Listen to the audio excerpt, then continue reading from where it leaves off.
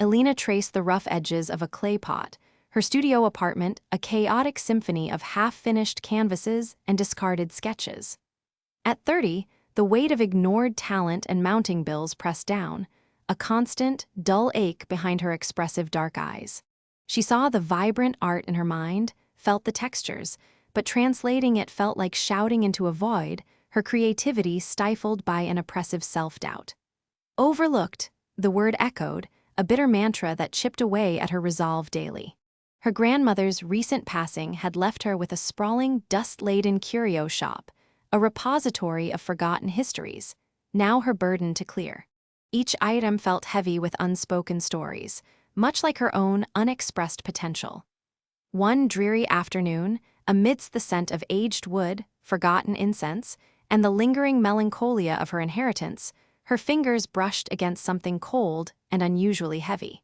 Tucked away in a velvet-lined box beneath a pile of faded tapestries and yellowed lace, lay an ornate hand mirror. Its silver frame was intricately carved with twisting, unfamiliar symbols, darkened with centuries of oxidation, yet shimmered with an unsettling, almost hypnotic allure. It wasn't just old. It felt ancient, pulsing with a faint, almost imperceptible energy that drew her in. She lifted it, the surprising weight settling in her palm, and her gaze, drawn by an irresistible, almost desperate curiosity, fell upon its reflective surface. There, instead of her own weary reflection, a different Alina stared back. This Alina was radiant, her shoulder-length dark brown wavy hair catching an unseen, brilliant light, her warm light brown skin glowing with health and vitality. She was surrounded by magnificent art, her masterpieces, celebrated and adored, critics' praise echoing silently in the mirror's ethereal world. Accolades glinted like jewels, framing her confident form. The mirror Alina smiled, a confident, knowing grin that promised everything Alina secretly craved. Validation, roaring success, unyielding adoration. A desperate, hungry hope, a flicker in the vast darkness of her self-doubt, ignited within her. The mirror became her sacred, terrifying secret, her daily ritual. Each morning, she would gaze into its depths, feeling a powerful, invigorating surge of confidence flood her veins, like an electric current.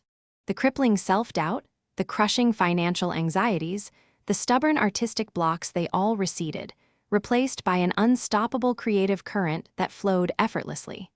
Her hands moved with new purpose, her canvases exploding with audacious color and bold form.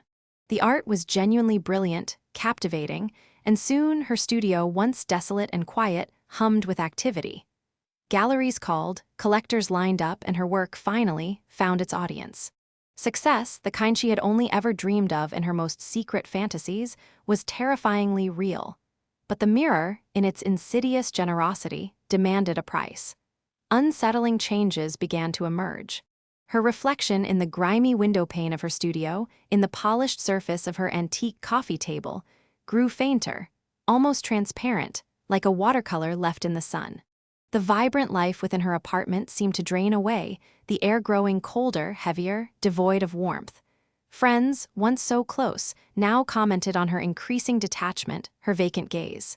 "Alina, you seem distant," one said, a worried frown creasing her brow, her voice laced with concern. "Like you're not fully here, like a part of you is elsewhere." Her own presence felt like a ghost, a whisper in the room, while the mirror Alina grew more vivid.